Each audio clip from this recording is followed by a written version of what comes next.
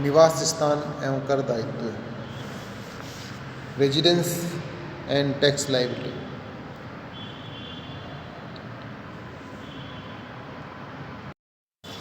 करदाताओं का निवास स्थान, रेजिडेंस ऑफ असेसीज। आयकर अधिनियम में आयकरदाता के निवास स्थान का बहुत अधिक महत्व है, क्योंकि सभी प्रकार के करदाताओं का कर दायित्व उनके निवास स्थान पर निर्भर करता है। धारा 6 के अनुसार निवास स्थान के दृष्टिकोण से करदाताओं को 3 श्रेणियों में बांटा जा सकता है। फर्स्ट, भारत में निवासी, रेजिडेंट ऑफ इंडिया। दूसरा, भारत में असाधारण निवासी, not ordinary resident of India. तीसरा, अनिवासी, नॉन रेजिडेंट। किसी भी करदाता के निवास स्थान का निर्धारण गत वर्ष के संबंध में होता है। कर निर्धारण वर्ष का निवास स्थान महत्वहीन है। प्रत्येक गत वर्ष में निवास स्थान का निर्धारण अलग अलग होता है।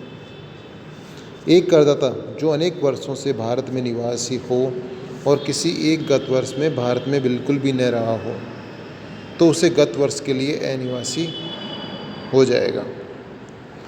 विभिन्न प्रकार के करदाताओं, व्यष्टि, हिंदू अविभाजित परिवार, फर्म, व्यक्तियों का समुदाय, कंपनी इत्यादि के निवास स्थान को निर्धारित करने से संबंधित अलग अलग नियम हैं।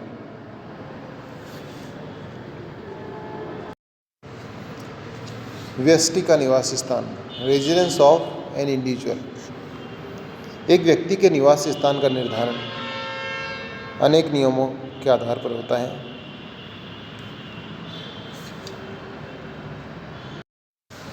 निवासी, रेजिडेंट।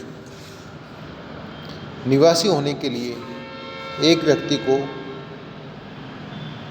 निम्नलिखित शर्तों को पूरा करना आवश्यक है। पहला, प्रथम शर्त में 2 परिस्थितियां बताई गई हैं, जिनमें से किसी भी एक के पूरी होने पर प्रथम शर्त पूरी हुई मानी जा सकती है। प्रथम शर्त की 2 परिस्थितियां निम्नलिखित हैं। यदि वह व्यष्टि गत वर्ष में कुल मिलाकर 182 दिन या इससे अधिक भारत में रहा हो। यह आवश्यक नहीं है कि वह इस अवधि में भारत में लगातार रहा हो। वह जब चाहे और जितनी बार चाहे विदेश जा सकता है। उसके गत वर्ष में भारत में रहने की कुल अवधि का योग मालूम कर लिया जाएगा और वह 182 दिन से कम नहीं होना चाहिए। इसी प्रकार उसके लिए यह भी आवश्यक है कि वह इस अवधि के लिए एक ही स्थान पर रहे। वह अपने रहने के स्थान को चाहे तो बार बार बदल सकता है, कभी एक होटल में, कभी दूसरे होटल में, कभी धर्मशाला में, यहाँ तक कि भारत में पानी की सीमा में जहाज में ठहरना भी उसे भारत में रहना माना जाता है। दूसरी कंडीशन है B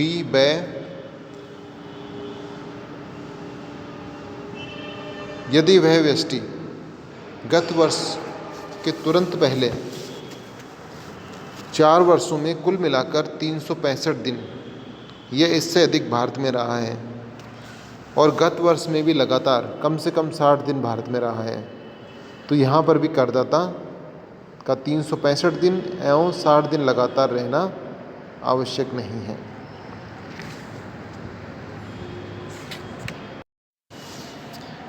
ऐसे व्यक्ति के दशा में जो भारत का नागरिक है तथा जो किसी भी गत वर्ष में भारत के बाहर रोजगार हेतु भारत छोड़कर जाता है अथवा किसी भी भारतीय समुद्री जहाज बेड़े के चालक दल के सदस्य के रूप में किसी गत वर्ष में भारत छोड़कर बाहर जाता है, तो उस गत वर्ष में ऐसे व्यष्टि करदाता को उपवाक्य ब के अनुसार निवासी उसी दशा में माना जाएगा जबकि वह गत वर्ष में कम से कम 182 दिन भारत में रहा हो।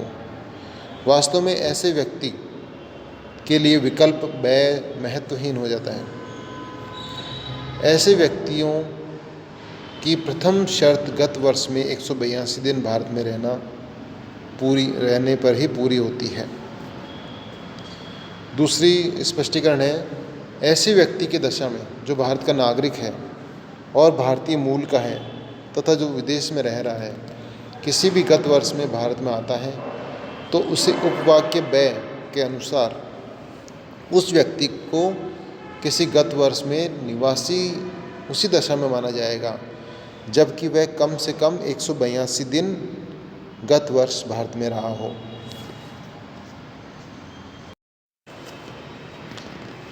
यदि कोई व्यक्ति स्वयं अथवा उसके माता पिता अथवा दादा दादी अथवा नाना नानी में से कोई भी अविभाजित भारत में पैदा हुआ है तो उस व्यक्ति को भारतीय मूल का माना जाता है।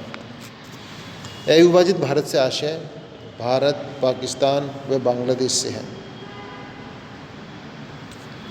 यदि वह व्यक्ति गत वर्ष के तुरंत पहले के 10 वर्षों में से कम 2 वर्ष के लिए भारत में निवासी रहा हो, दूसरे शब्दों में उसने 10 वर्षों में से 2 वर्ष के लिए उपरोक्त प्रथम शर्त को पूरा किया हो। थर्ड, यदि वह गत वर्ष से तुरंत पहले के 7 वर्षों में कुल मिलाकर 730 दिन या इससे अधिक भारत में रहा हो। किसी व्यक्ति के निवासी होने के लिए जो 3 शर्तें बताई गई हैं, उपरोक्त तीनों शर्तों में से प्रथम शर्त को आधारभूत शर्त तथा बाद की 2 शर्तों को अतिरिक्त शर्तें कहा गया है।